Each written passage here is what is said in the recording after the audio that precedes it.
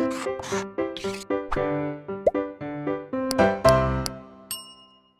Students, blueprint digital में आपका स्वागत है बच्चों। मैं आपका physics teacher Anuj Sharma. Students, जैसा कि आप लोग जानते हैं कि हमारी यूनिट 3 चल रही है और बच्चों जो हमारा इसमें दूसरा टॉपिक चल रहा है वो है गतिमान आवेश व चुंबकीय क्षेत्र। तो इसका मतलब आप जानते हैं कि जब चुंबकीय क्षेत्र में कोई आवेश गति करता है तो उस पर एक बल कार्य करता है। जो हमने देखा था उसकी दिशा किस तरीके से होती है, किस प्रकार बदलती है, या उसका जो मैग्नीट्यूड या परिमाण है वो किस प्रकार से चेंज होता है, वो भी हमने देखा था। तो बच्चों, आज जो मैं आपको से रिलेटेड टॉपिक करवाने जा रहा हूँ बेटा वो इस प्रकार है। सबसे पहले बच्चों, आवेशित कण की एक समान चुंबकीय क्षेत्र में गति। तो एक समान चुंबकीय क्षेत्र में गति का मतलब ये है बच्चों कि हम उसकी दिशा की बात करेंगे, किस प्रकार से उसका पाथ चेंज होता है। यानी अगर मैं इसमें बात करूं तो हम कह सकते हैं या उसका पथ किस प्रकार से होगा। क्या वो स्ट्रेट लाइन में जाएगा, सीधी रेखा में, कब वो सर्कुलर मोशन करेगा, वृत्ताकार मोशन करेगा, या कब वो हेलिकल शेप बनाएगा। ठीक है बेटा। तो उसके बाद बच्चों में आपको इंपॉर्टेंट एक और टॉपिक पढ़ाऊंगा आज, वो है साइक्लोट्रॉन। तो एक बहुत अच्छी डिवाइस है ये बहुत बोर्ड में पूछी जाती है बेटा। और इसके बेटा पहले हम सिद्धांत करेंगे और उसके बाद इसकी कार्यविधि। तो इसमें कोई ना कोई क्वेश्चन जरूर पूछा जाता है, तो एक एक करके हम इस क्वेश्चन को कंप्लीट करते हैं। ठीक है स्टूडेंट। तो स्टूडेंट, सबसे पहले मैं आपको दिखाता हूँ, मैंने दो चित्र आपके लिए बनाए हैं बेटा, और दोनों ही बहुत समझने वाले हैं। इसका नाम, एक का नाम फिगर फर्स्ट रख देते हैं और एक का नाम फिगर सेकंड रख देते हैं बेटा। फिगर फर्स्ट में देखना है बच्चों कि आपको कुछ क्रॉस के निशान दिखाई दे रहे हैं। बेटा मैं बता दूं, ये आपको चुंबकीय क्षेत्र दिखाया हुआ है इस प्रकार से। पेपर पे जो चुंबकीय क्षेत्र है वो इस प्रकार से भी दिखाया जाता है और इस प्रकार से भी दिखाया जाता है। इसका मतलब क्या है बच्चों, पहले बता दूं। बच्चों, इसको एक तीर से कल्पना कीजिए। जो तीर होता है हमारे पास की जो नोक होती है, तो बच्चों जब तीर अंदर जाएगा तो आपको उसका पीछे वाला हिस्सा दिखेगा जो क्रॉस वाला होता है। तो इसका मतलब जैसे तीर अंदर की तरफ जा रहा है तो ये चुंबकीय क्षेत्र इस पेपर के लंबवत है और अंदर की तरफ है। ठीक है बेटा। लेकिन अगर तीर बाहर की तरफ आएगा तो आपको उसकी नोक दिखाई देगी। तो इसका मतलब है बच्चा, यहाँ डॉटेड है तो तीर जो बाहर की तरफ आ रहा है, ऐसे चुंबकीय क्षेत्र बाहर की तरफ आ रहा है और पेपर के लंबवत है। मेरा पेपर बच्चों बोर्ड की तरह काम कर रहा है जो वर्टिकल है। आप अगर कॉपी को क्षैतिज दिशा में रखेंगे तो आपका जो चुंबकीय क्षेत्र है वो बाहर की तरफ ऐसे आएगा और अंदर की तरफ इस तरीके से जाएगा। ठीक है स्टूडेंट। तो ये दोनों चुंबकीय क्षेत्र के बारे में बताते हैं। अब बच्चों, दोनों में अलग देखें कि इसमें कोई चार्ट दिया हुआ है, मानते हैं कि दोनों में धनात्मक आवेश दिया हुआ है। ठीक है बच्चों। तो ये मैंने थोड़ा सा आइडिया आपको पहले भी दिया था, लेकिन इस बार में थोड़ा और इसके अलावा भी, चूंकि एक दो क्वेश्चन और आ जाते हैं, उनके बारे में बात करेंगे। ठीक है बेटा। तो ये एक धनावेशित आवेश है हमारे पास, जो अगर ये इस प्रकार से चुंबकीय क्षेत्र है तो इस प्रकार से जा रहा है, यानी लंबवत गति कर रहा है। और इसमें भी अगर चुंबकीय क्षेत्र बच्चों आगे की तरफ है तो भी लंबवत गति कर रहा है। तो दोनों में इसका पथ कैसा होगा, उसकी अंदर किन किन चीजों का चेंज होगा, ये बड़ा इंपॉर्टेंट है। क्या उसकी वेलोसिटी चेंज होगी, किस कंडीशन में नहीं होगी। ठीक है बेटा। तो सबसे पहले बच्चों बात करते हैं, इसके लिए जो रूल है हमारे पास वो फ्लेमिंग लेफ्ट हैंड रूल है। Fleming left hand rule. तो इसमें आपको मैंने बताया था, एक उंगली का जो हमारी सबसे छोटी उंगली है वो मैग्नेटिक फील्ड, जो हमारी मध्य उंगली है मिडिल फिंगर, वो है हमारा जो मोशन है आवेश का, गति। और जो थंब है बच्चों अंगूठा, वो बताएगा बल की दिशा, फोर्स की डायरेक्शन। तो बच्चों सबसे पहले हम चुंबकीय क्षेत्र की दिशा के अलॉन्ग जाएंगे। इस उंगली को सबसे पहले आपको चुंबकीय क्षेत्र की दिशा में जाना है। फिर बच्चों जो गति की दिशा है उसके लिए अपनी उंगली को सही करना है, तो आप जो अंगूठे की दिशा होगी फोर्स की दिशा मानेंगे। तो बच्चों अगर ये कोई आवेश है और ये अगर इस प्रकार से मूव कर रहा है तो इस पर जो बल लगेगा बच्चों वो इस तरफ लगेगा, यानी वो आवेश इस प्रकार से मुड़ जाएगा। आप देखें ऐसे करके मुड़ जाएगा। ठीक है स्टूडेंट। अब बच्चों जब ये इस तरीके से मुड़ गया तो ये गति करता रहेगा इस तरीके से, लेकिन जैसे ही ये इधर गति करेगा, आप देखें एक सेकेंड, अब इसकी गति किस तरफ होगी बच्चों, इस तरफ। तो जैसे इसकी गति इस तरफ होगी, अब हम इसको, ये v की दिशा हो गई। तो बेटा अब ध्यान से देखें, जब चुंबकीय क्षेत्र ऐसे है और गति की दिशा हो गई, तो बच्चों अब यहां देखो, चुंबकीय क्षेत्र ऐसे और गति की दिशा ऐसे, तो बल नीचे की तरफ आएगा और इसका मतलब है अब बच्चों ये इस तरीके से मुड़ जाएगा और ये गति की दिशा हो जाएगी बेटा। और जब गति की दिशा ये हो जाएगी बेटा, तो ये इस तरीके से, और ये आपकी गति की दिशा, तो फोर्स इस तरफ लगेगा और ये इस तरीके से मुड़ जाएगा। तो बच्चों हम एक चीज देख सकते हैं कि हर सूरत में जो आवेश है वो एक वृत्ताकार पथ को फॉलो करेगा, यानी उसका मोशन सर्कुलर होगा, और जो बल लगेगा उस पर बच्चों वो एक अभिकेंद्र बल की तरह कार्य करेगा और जो हमेशा केंद्र की तरफ लगेगा। बच्चों यहाँ पे मैं एक और बात बताना चाहता हूँ, पहले मैं इसको कर लेते हैं फिर इसको भी करते हैं, उसके बाद हम बात करते हैं। तो बच्चों इसमें अगर हम देखें तो चुंबकीय क्षेत्र हमारा बाहर की तरफ है। ठीक है बेटा। और चुंबकीय क्षेत्र अगर बाहर की तरफ है तो गति की दिशा इस तरीके से हो गई, तो बल बाहर की तरफ लगेगा। तो इसका डायग्राम अब आराम से हम बनाएंगे। ठीक है स्टूडेंट। तो कैसे लगाएंगे बेटा फॉर्मूला इसका फॉर्मूला लगाएंगे बच्चों, हम उंगली को बाहर की तरफ रखेंगे और अपनी जो हमारी गति वाली उंगली है यानी मिडिल फिंगर, मध्य उंगली, तो इसको गति की दिशा में ले जाएंगे। और तो बच्चों फोर्स किस तरफ आएगा? उस तरफ आएगा। पहले इस तरफ आया था, अब उस तरफ, यानी अब बच्चों ये जो कर्ण है हमारा वो इस तरफ मुड़ जाएगा। तो गति की दिशा ये हो गई बच्चों। अब बच्चों क्या करेंगे? मैग्नेटिक फील्ड हमारा वही है चुंबकीय क्षेत्र, लेकिन जो बच्चों गति की दिशा है वो हमारी चेंज हो गई। अगर आप देखें ये ऐसे करके और ये ऐसे हो गई है, ये देखें, तो फोर्स कहाँ आएगा बच्चों? नीचे की तरफ आएगा। तो बच्चों ये ऐसे जाते हुए ऐसे जाएगा और ये फिर ऐसे मुड़ जाएगा इस प्रकार। ठीक है बेटा, तो जब ये इस प्रकार मुड़ जाएगा तो अब हम देखें ये हमारा बाहर और ये गति की दिशा, तो फोर्स किस तरफ आएगा? इस तरफ। तो ये फिर बच्चों ऐसे मुड़ जाएगा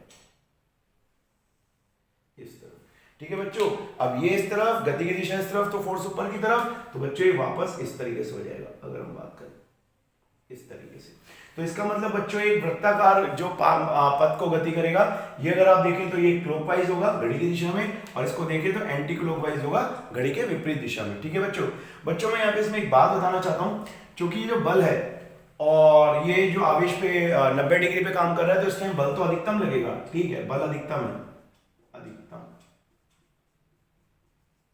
लेकिन बच्चों एक बात मैं आपको बता दूं, ये जो बल होगा ये इसकी गति में चेंज नहीं कर सकता, यानी गति में चेंज नहीं होगा, गति में कोई बदलाव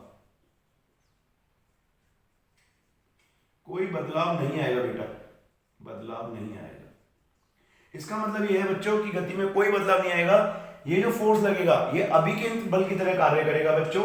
ये हर बार इस तरीके से अगर आप देखें, अगर पार्टिकल इस तरीके से गया है तो फोर्स ऊपर की तरफ जा रहा है, तो नीचे की तरफ है, इधर जा रहा है तो अंदर की तरफ है। तो बच्चों फोर्स हमेशा केंद्र की तरफ ही कार्य करेगा अगर आप देखें तो।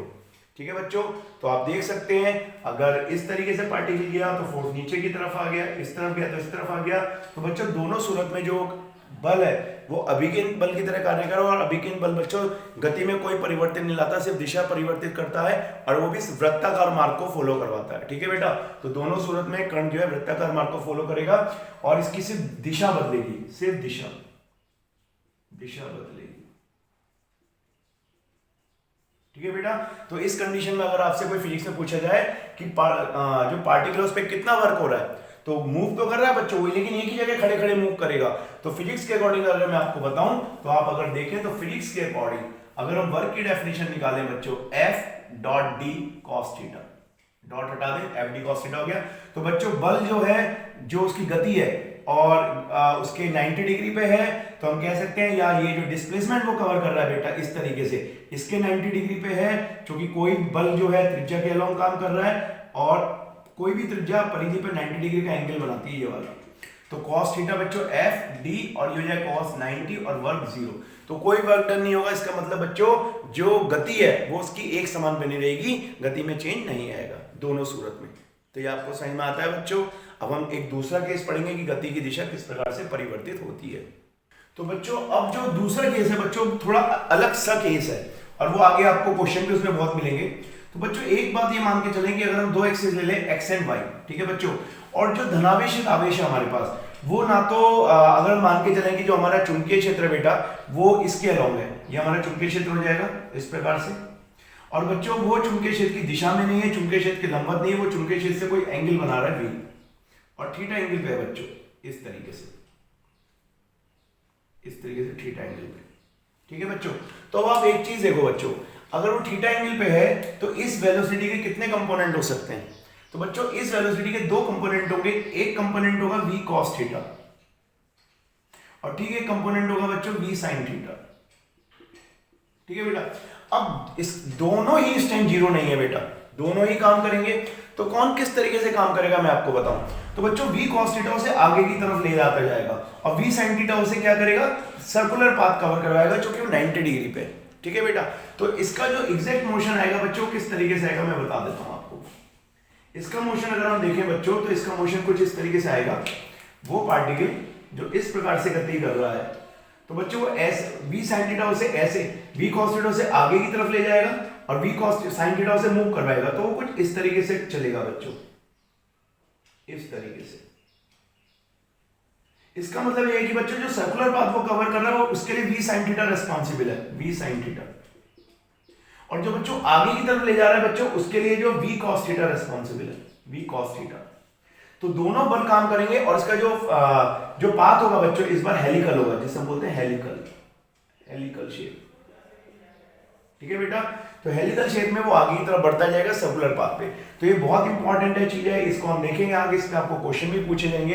तो इस सूरत में जब वो किसी एंगल पे मैग्नेटिक फील्ड से जाता है बच्चों, तो दोनों ही कंपोनेंट काम करते हैं, cos थीटा कंपोनेंट भी और sin थीटा कंपोनेंट भी। ठीक है स्टूडेंट, तो स्टूडेंट्स आप देख सकते हैं यहाँ पे आपको एक लेवल डायग्राम मिल रहा है बच्चों साइक्लोट्रॉन का, इसे हम बहुत अच्छी तरह डिस्कस करेंगे और बच्चों हम इसका सिद्धांत भी देखेंगे। ठीक है, तो बच्चों इसका सिद्धांत देखना पहले ज्यादा जरूरी है, जिसपे हम वर्किंग देखेंगे। तो बच्चों होता क्या है, एक अगर हम बात करें एक उच्च प्रत्यावर्ती विद्युत क्षेत्र, अगर हम एक प्रत्यावर्ती विद्युत क्षेत्र लगाएं जिसकी दिशा चेंज होती रहे, और उच्च की बात करें बच्चों, और उसके लंब तथा एक लंबवत चुंबकीय क्षेत्र भी हम उत्पन्न कर दें, तो उसके अंदर कोई भी धनावेशित जो कण होता है उसकी जो गति ऊर्जा है बहुत उच्च हो जाती है, यानी उच्च गति ऊर्जा का प्राप्त कर लेना। तो एक बार इसे मैं डिक्टेट कर देता हूं, एक उच्च प्रत्यावर्ती विद्युत क्षेत्र व लंबवत चुंबकीय क्षेत्र के कारण किसी धनावेशित कण का उच्च गति ऊर्जा का प्राप्त कर लेना, ये इसका सिद्धांत है बेटा। कैसे, तो बच्चों देखो यहाँ पे एक दो आप देखें डी की शेप में हमें धातु की प्लेट है बेटा, ये जो क्षैतिज बेटा बोर्ड पे ऐसे लग रहा है, लेकिन ये इस तरीके से रखी हुई है, एक डी इस तरीके से, एक जैसे हमने टिफिन के दो आधे पार्ट कर दिए। ठीक है बेटा, तो बोर्ड में ऐसे लग रहा है, अदरवाइज इस तरीके से तो बेटा ये अंदर से खोखली है, और बच्चों इन पे जो लगाया गया एक बहुत उच्च वोल्टेज 10 की घात 4 यानी 10,000 वोल्टेज का एक विद्युत स्रोत लगाया हुआ है, जो प्रत्यावर्ती धारा है जिसकी जो हम कह सकते हैं फ्रीक्वेंसी आवृत्ति है 10 की घात 7 हर्ट्ज है। तो बहुत ज्यादा फ्रीक्वेंसी है, बहुत तेजी से इसकी दिशा बदल रही है।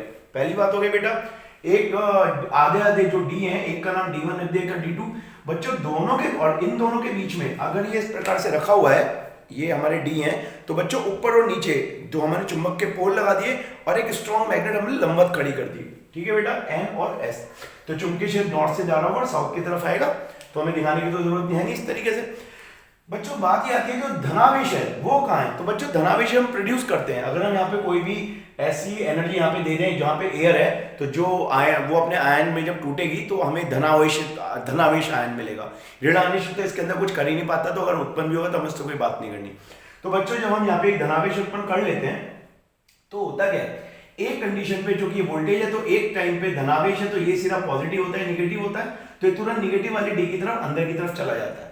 लेकिन बच्चों आप देख सकते हैं जो चुंबकीय क्षेत्र है वो परपेंडिकुलर है, और अभी हमने देखा था जो लंबवत चुंबकीय क्षेत्र होता है वो उसे सर्कुलर मोशन करवाता है, तो इस तरह से आगे ना जाके सर्कुलर मोशन करता है। जैसे ही सर्कुलर मोशन कर रहा होता है इतनी देर में बच्चों आवृत्ति बहुत तेज है, ये वाला सिरा माइनस हो जाता है और ये प्लस हो जाता है, ये तुरंत दूसरे वाली डी में आता है, और इतनी देर में जितने सर्कुलर मोशन करता है फिर आवृत्ति चेंज होती है, ये वाला प्लस ये माइनस, तो ये इस तरफ चला जाता है। इस प्रकार बच्चों ये इतनी तेजी से फ्रीक्वेंसी के अकॉर्डिंग चेंज होता रहता है कि इसकी गति ऊर्जा बहुत बदल जाती है, बहुत ज्यादा बढ़ जाती है, और इतनी गति ऊर्जा बच्चों की आप देख सकते हो वोल्टेज बहुत ज्यादा है, बहुत ज्यादा हाई हमने विभवांतर लगा रखा है, तो तुरंत इसे दूसरी तरफ अट्रैक्ट करता है वो, तो इतनी तेजी से अट्रैक्ट होने के कारण ये अपना जो वृत्ताकार मार्ग है उसका बढ़ता जाता है, गति ऊर्जा बढ़ती जाती है, उसका वेग बढ़ जाता है, और यहाँ पे बच्चों इसका वेग बहुत ज्यादा बढ़ जाता है। यहाँ पे हमने एक खुला एक यहाँ पे चैम्बर कह सकते हैं, छोटा सा हमने यहाँ पे एक होल दिया हुआ है, तो यहाँ पे हमने थोड़ा सा इलेक्ट्रिक फील्ड लगाया हुआ है, जैसे ही यहाँ पे आता है ये इलेक्ट्रिक फील्ड से जो है प्रतिकर्षित कर देता है, और यहाँ पे वो टारगेट होता है जिसपे हमें इसे डालना है। तो जैसे ही इतनी गति ऊर्जा से टकराता है तो बच्चों यहाँ पे अगर कोई रेडियो एक्टिव हमारे पास कोई पदार्थ है या कोई भी हमारे पास न्यूक्लियाई है तो उस पर जाके इसे तोड़ देता है, तो बच्चों ये रेडियो एक्टिव जो हमारी प्रक्रिया होती है उसको करवाने के काम आता है, तो रेडियो एक्टिव प्रक्रिया भी इससे स्टार्ट हो जाती है। तो बहुत हैवी एनर्जी प्रोड्यूस करता है, बहुत उच्च गति ऊर्जा प्रदान करता है बच्चों ये। लेकिन बच्चों इसमें कुछ हमें बहुत सारे इसमें अच्छी बातें हैं तो बुरी बातें भी सब में होंगी, तो एक एक करके हम इसके ये पैरामीटर पढ़ेंगे कि इसमें जो ये पार्टिकल वृत्ताकार गति करता है इसका आवर्त काल क्या होता है, इसकी गति किस बात पर डिपेंड करती है, इसकी जो त्रिज्या बढ़ती जाती है वो किन बातों पर डिपेंड करती है, और ये किन किन कणों को गति ऊर्जा दे सकता है और किन कणों को गति ऊर्जा नहीं दे सकता है। तो इस बारे में हम एक एक करके बात करेंगे। ठीक है स्टूडेंट, तो स्टूडेंट सबसे पहले अगर हम इसकी कार्यविधि देखें, जो हमें इसके जो पैरामीटर है, आवर्त काल है, जो इसके पाथ की त्रिज्या है, और जो हम कह सकते हैं इसकी स्पीड है, वो किन किन बातों पर डिपेंड करती है। तो उसके लिए हम कहेंगे बच्चों जो इस कण पे एक मैग्नेटिक फोर्स कार्य करता है, जो हमने पढ़ा था चुंबकीय बल है, और बच्चों एक अभिकेंद्र बल की तरह काम करता है, तो मैंने आपको बताया था वो अभिकेंद्र बल की तरह काम करेगा, अभिकेंद्र बल। ठीक है बेटा।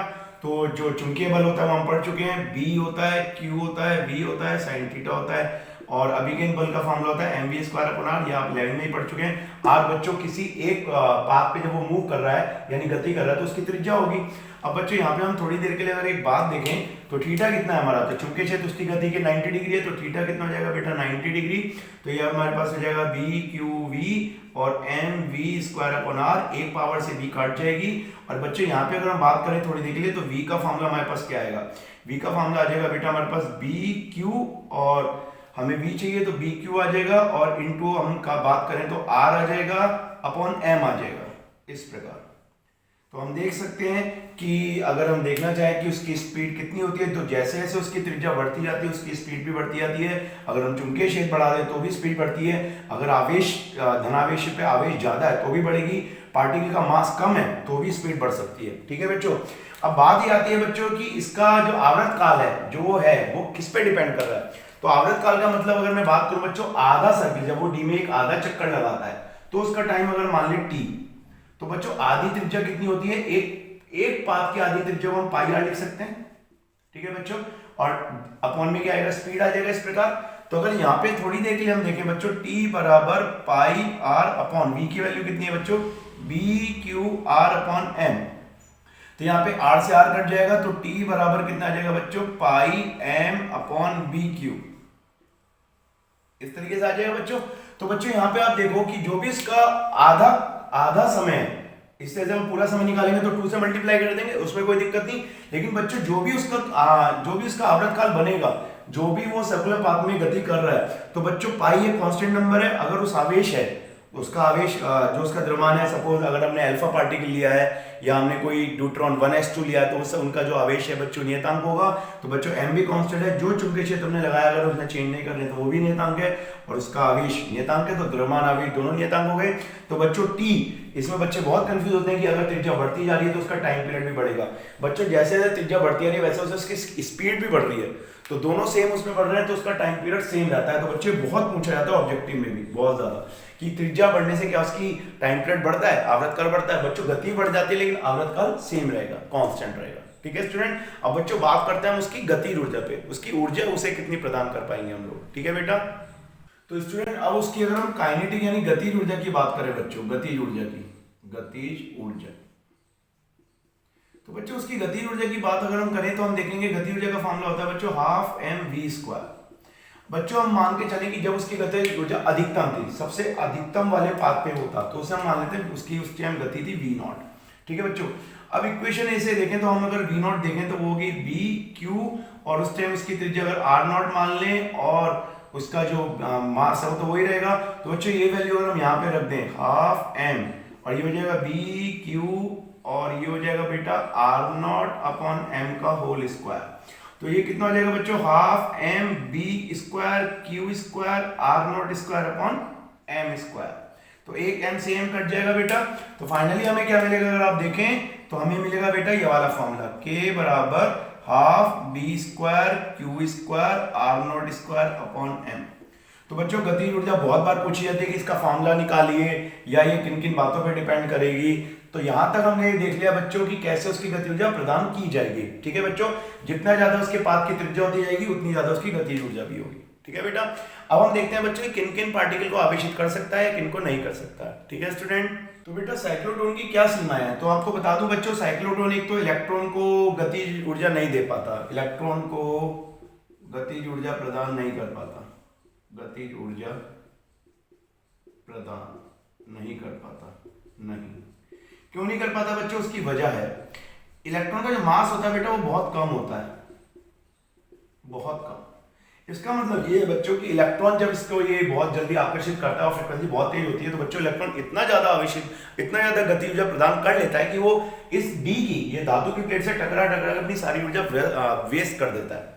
ठीक है बेटा, तो इसलिए फिर वो उसके साथ जब यहाँ पे सपोज इलेक्ट्रॉन है तो उतनी देर में यहाँ पे क्या होगा, प्लस हो रहा होगा, तो इतनी देर में वहां तक पहुंच ही नहीं पाता, वो अपने हिसाब से गति करने लगता है। वो इस हमारा जो स्रोत है उसकी फ्रीक्वेंसी उसकी आवृत्ति के साथ मैच नहीं कर पाता, इसलिए वो उसको ऑक्सीलेट नहीं कर पाता, उसको गति ऊर्जा प्रदान नहीं कर सकता।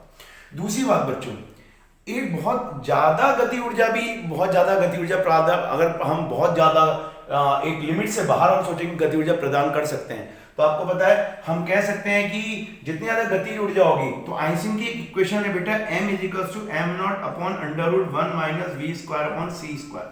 यानी अगर ऐसा पार्टिकल जिसकी जो वेग है वो अप्रोक्सीमेट लाइट के c के बराबर हो जाए, क्योंकि ये इक्वेशन तब लगती है जहां पे v कण की गति है, c प्रकाश की गति है, तो जब v प्रकाश की वेग के बराबर होगा तो ये फॉर्मूला होगा, और उस टाइम बच्चों m बढ़ जाता है, m बढ़ जाता है। तो आप कहेंगे बढ़ जाने से क्या फर्क पड़ेगा, तो बच्चों बढ़ जाने से ये फर्क पड़ेगा। अगर आप देखें तो हमारे पास एक फॉर्मूला होता है बेटा t का, उसका आधा आवृत काल πf/bq, और अगर हम टोटल आवृत काल निकालें t, तो बच्चों को 2 से मल्टीप्लाई करेंगे तो 2 आ जाएगा। तो इससे बच्चों आवृत्ति निकालें तो आवृत्ति होती है 1/t, आवृत काल की उल्टी। तो बच्चों अगर आप यहां पे देखें कि ये हो जाएगा bq/2πm। तो बच्चों इसका क्या मतलब है, आप देखो अगर मास बहुत ज्यादा बढ़ जाएगा तो उसकी यहाँ पे हम इसको कहते हैं आवृत्ति, तो बच्चों उसकी आवृत्ति बहुत ज्यादा बढ़ जाएगी, तो जो हमारी आवृत्ति है उससे भी ज्यादा अगर बढ़ गई तो हमारी आवृत्ति के साथ वो मैच नहीं कर पाएगा, और उसको फिर हम सही से मोशन नहीं करवा पाएंगे, वो अपनी सारी ऊर्जा डी के आसपास ही टकरा के वेस्ट कर देगा, जो धातु की प्लेट है। इस प्रकार से इनको भी ये ऊर्जा प्रदान नहीं कर पाता। तो बच्चों ये जो है एक तरीके से हम कह सकते हैं कि साइक्लोट्रॉन की सीमाएं हैं। हाँ, साइक्लोट्रॉन किनको सही तरीके से बच्चों गति ऊर्जा प्रदान कर सकता है, तो मैं आपको बता दूं, अगर प्रॉपर वो कर सकता है तो बच्चों जैसे अल्फा कण जो भारी पार्टिकल है, भारी कण, ठीक है बच्चों। प्रोटॉन को कर सकता है 1h1, जिसे हम प्रोटॉन बोलते हैं बेटा, प्रोटॉन को कर सकता है। प्रोटॉन भी एक हैवी पार्टिकल है, प्रोटॉन, ठीक है बेटा। और बच्चों अगर हम बात करें ड्यूट्रॉन को, ड्यूट्रॉन भी एक हैवी पार्टिकल है बेटा, 1s2 ड्यूट्रॉन। तो बच्चों हैवी पार्टिकल को ये प्रॉपर तरीके से गति ऊर्जा प्रदान कर सकता है, पर बहुत हल्के कणों को ये गति ऊर्जा प्रदान नहीं कर सकता। तो बच्चों मैं आशा करता हूं कि आपको पूरे साइक्लोट्रॉन की वर्किंग समझ में आई होगी। इसकी सीमाएं भी बहुत आती हैं, इसकी आवृत्ति, इसकी इसकी गति ऊर्जा निकालना बहुत बार पूछा जाता है। इसका डायग्राम आप अच्छी तरह से रिवाइज करें बच्चों, तो मैं मानता हूं कि आपको बोर्ड की तैयारी के लिए बहुत हेल्प मिलेगी। ठीक है, तब तक के लिए धन्यवाद।